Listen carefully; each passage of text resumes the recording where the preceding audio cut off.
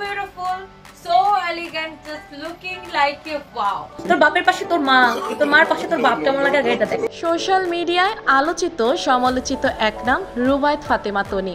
সানভিস নামের প্রতিষ্ঠানটির মালিক হিসেবে সবাই তনিকে চেনেন।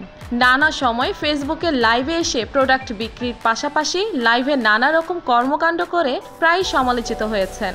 ভাবির জামাই কেমন করে মামা হয় ফকিন্নির পুত। তনি ইডেন কলেজে পড়াশোনা করা অবস্থায় বিয়ে করেন, তবে প্রথম বিয়ে টেকেনি। একটা মেয়ে সানভিকে নিয়ে নতুন করে পথ চলতে শুরু করেন। এরপর তনি দ্বিতীয় বিয়ে করেন তার থেকে দ্বিগুণ বয়সী এক ব্যক্তিকে।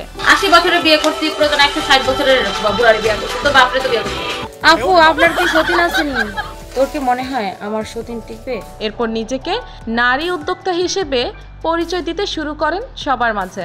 ওয়াও, দেখেন তো এটা কার লাগবে আপুরা, তাড়াতাড়ি করে স্ক্রিনশট নেন। নিজের মেয়ে সানভির নামে প্রতিষ্ঠান দেন। একে একে আসতে থাকে সফলতা। Bangladesh women Warriors awards and expo আয়োজনে সম্মাননাও পান নারী উদ্যোক্তা ও ফ্যাশন ডিজাইনার হিসেবে। বিয়ে সংসার কোনো বাধাই আটকাতে পারেনি সময়ের আলোচিত রুবায়েত ফাতেমা তনিকে। দাদি ও looking gorgeous Shreyashree Majumdar. Social মিডিয়ায় বিভিন্ন সময় সে বিভিন্নভাবে বুলিং এর শিকারও হন। ও মা, বন্দির ফুট বিল আবার প্রিন্স হইছে।